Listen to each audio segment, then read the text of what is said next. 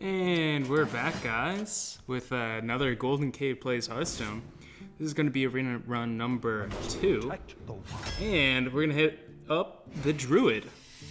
So, starting out, Starfall. It's a fantastic rare to have. Now it's really between Abusive Sergeant and Argent Squire. I'm going to choose Divine Shield here, Argent Squire.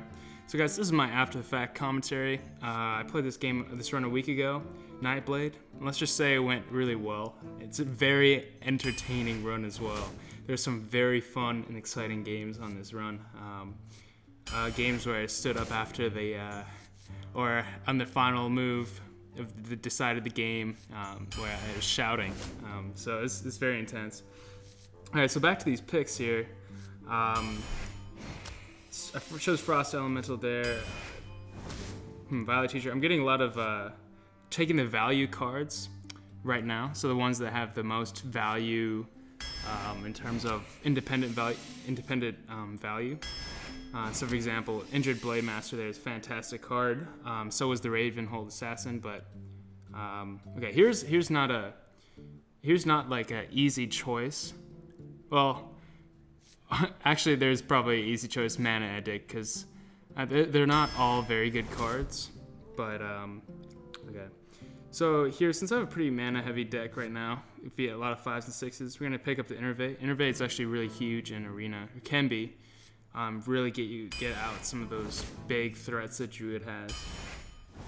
Chillwind Yeti, just a staple of any deck. Fantastic when you get them. Here, Spellbreaker, I was debating getting the Shattered Sun Cleric because she's a fantastic 3. But Spellbreaker with the Silence is also, I'd say a must-have in a deck. Usually there's maybe one threat your opponent will throw at you in the arena that will, I chose Ironbark over Claw. Interesting. Rather than Fire Ring. I mean, Ironbark is just big, another big guy. Starfire there. I don't go with another Starfire. That'd be just too many Starfires, I think, to have. It's a really expensive spell. 6 mana cost is huge. Here's Stormwind Champion. Fantastic card. Just great value. Ventrico Mercenary. Oh! That's right, guys. So, of these 3, part of me wanted to do Anexia. I've had the opportunity to pick her like a number of times. So I threw down the screenshot there. I like doing that. Just reminds me of cool different picks I had for choices.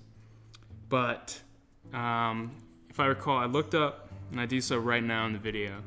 I look up Anti-Gravity's Arena tier list, go to Druid, and I think Cenarius was the top pick. At the moment, I didn't realize how good he was, but the +2/+2 option or the 2 treants with Taunt, that's really powerful. And even though it's 9 mana, that's hard to get to in the game. He's just a fantastic card. First time I've ever used him. And yeah, I think he's great. He's the best pick in this situation. Here, Loot Hoarder. Kind of fell in love with Loot Hoarder this round. Druid Claw, another great unit to have. Raging Worgen is another personal favorite. But here, Druid Claw is just fantastic. Just another taunt. I don't have many taunts. Well, wait a second. Abomination will definitely make that 3. That'll make 3 taunts. But here I was considering, I was like, I'm really heavy mana. I'm really mana heavy. If you look at that, how many 5, 6, and 7s I have total. It's like more than half my deck right now, it feels like. So 3, 4, 5, 6, 7, 8, 9, 10, 11.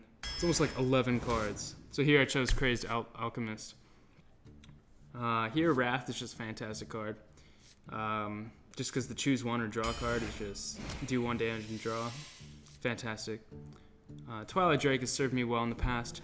Cold Light Oracle is just terrible. Ancient Watcher, you'd have to use another card to activate it. There's the swipe.